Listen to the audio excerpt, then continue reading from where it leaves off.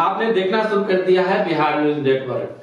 आज हमारे साथ हमारे स्टूडियो में मौजूद हैं वरिष्ठ पत्रकार हैं रंजन यादव जी, और आज हम चर्चा करेंगे बिहार की राजनीति के बारे में। बिहार की राजनीति और खासकर 2025 विधानसभा चुनाव, बिहार की राजनीति किस तरीके से करवट ले रही है और किस तरीके से जो है विभिन्न पार्टियां जो है जनता को और लोगों को अपनी ओर आकर्षित कर रही है, उनका एजेंडा क्या है, इस मुद्दे पर खास चर्चा में भाग लेने के लिए रंजन यादव जी मौजूद हैं।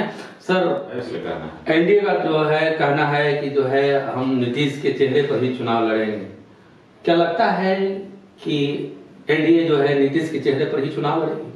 वो मजबूरी है, क्योंकि जब नीतीश कुमार दोनों तरफ से खुले हैं ना, अभी देख रहे हैं हम कि इधर राष्ट्रीय जनता दल के खास करके जो भी बड़े नेता हैं सब, वो अभी भी चाचा वो आ रहे हैं नीतीश कुमार हमारे पार्टी खेमे में, वो गठबंधन में शामिल हो रहे हैं और सरकार गिरा, इस तरह बीच में बयानबाजी आ जाती है नीतीश आरजेडी की तरफ से। आरजेडी के बड़े नेताओं को यह ट्रेनिंग दे दिया गया है कि नीतीश कुमार के खिलाफ में नहीं बोलना है।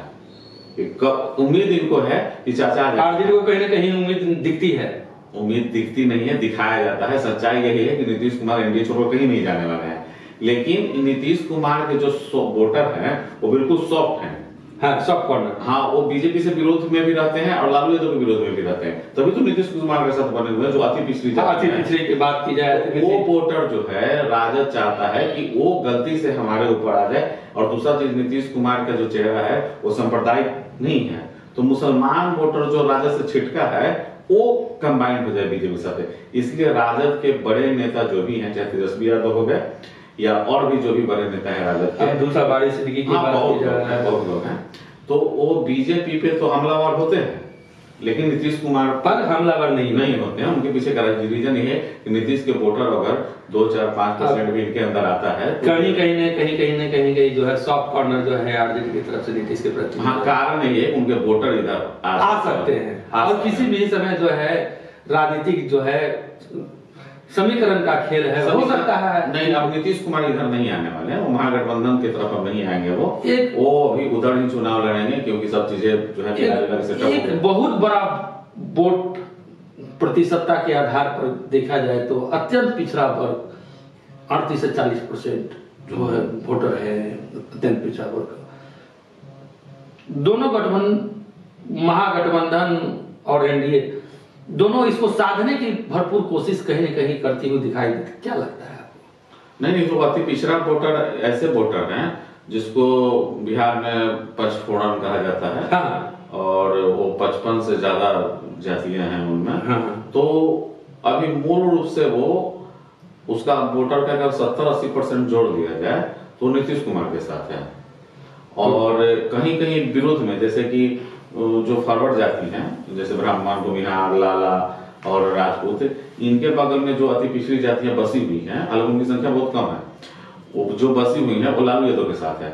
अति पिछड़ी जातियों का बनावट ऐसा होता है कि वो यादव, कुर्मी, कोयरी के गांव के बगल में बसे होते हैं, इसीलिए वो डिफॉल्ट रूप से वो लालू यादव के विरुद्ध में जो है खड़ा हो जाते हैं, क्योंकि उन्हें ऐसा लगता है कि यादव जाति या कुर्मी या कोयरी जातियों द्वारा हमें प्राथमिकता मिलती है, ब्राह्मण भूमिहार द्वारा तो मिलता ही था, अब इन जातियों के द्वारा भी मिलता है, इसलिए ऑटोमेटिक वो लालू यादव के विरोध में खड़े हो जाती है जातियां। और इस केस में लालू यादव का जो तिलिस्म था 97, 98, 95, 96 में, वो टूटा है और वो तोड़ने में नीतीश कुमार कामयाब रहे हैं। यही अति पिछड़ी जातियां हैं, वरना लालू यादव के विरोध में तो जो अपर कास्ट जातियां शुरू से ही रहा है। कुर्मी उनको ऐसे भी वोट नहीं करता था नीतीश कुमार के विरोध के बाद, और नीतीश ने जो लॉ कुछ समीकरण बनाए थे वो तो ऐसे भी उनको वोट नहीं करता था। तो फिर वो कौन सी जातियां थी जो यादव मुस्लिम के साथ जुड़कर एक बड़ा अलायंस लालू यादव को इतना शक्ति दिया था? वो अति पिछड़ी जातियां ही थी। वो जब एक दौर था जो है अति पिछड़ी जातियां लालू के खिलाफ साथ जो है एकदम कंधा से कंधा मिला, वो आज कहीं न कहीं जो है लगता है ऐसा जैसा कि प्रतीत होता है और कि अति पिछड़ी जातियां जो है आरजेडी से छिटक चुकी है, तभी तो इनका सीट कम हुआ है। लोकसभा में एक बार 0, एक बार 4, फिर उसके बाद विधानसभा में 2004 के बाद सत्ता में नहीं आना, और जब इनको 80 सीट, जब इनको 78 सीट आता है, 78 सीट, हाँ, जब वो नीतीश कुमार के साथ होते हैं। वरना 2010 में नीतीश कुमार भी अति पिछड़े जातियों के साथ जो है, जैसा कि वोट प्रतिशतता देखी जा रही है, दोनों आरजेडी और जेडीयू जो है, लगता है कि कास्ट जातीय समीकरण के हिसाब से दोनों एक दूसरे से फिट बैठता है। देखिए, लालू यादव के पास 20 से 22% वोट फिक्स है, नीतीश कुमार के साथ 17 से 18। कहीं ना कहीं नीतीश कुमार को माइंड में हमेशा घर करती रहती है, चाहे आरजेडी को ये घर करती, तेजस्वी को घर करता है कि तो अगर हम लोग साथ रहे तो जो है एक अच्छी सरकार बना सकते हैं। हाँ, तो वो तो आएगा ही ना, सरकार तो आएगा ही, तभी तो जो है 20-25 से 26% हमेशा नीतीश को जो है अपने पाले लाने की कोशिश कर रही है। लालू यादव के साथ 20 से 25% वोट है, नीतीश कुमार से 17-18% वोट है, तो दोनों जब जुड़ जाएंगे तो गठबंधन सरकार बन ही जाएगा। और यही हाल बीजेपी के साथ है, उनके साथ भी 25-26% वोट है, और नीतीश जब जुड़ जाते हैं तो सत्ता में आ जाते हैं वो। इसमें कोई गुना गणित नहीं है। नीतीश कुमार के वोटर फिक्स हैं, वो कितना रहता है इस पर निर्भर करता है। इस बार जैसा अनुमान मुझे लग रहा है कि नीतीश कुमार के वोट कम हुए हैं। आखिर इस बार का जो है 2025 का विधानसभा क्या रुख नजर आता है? इसमें कोई विशेष रुख नहीं है।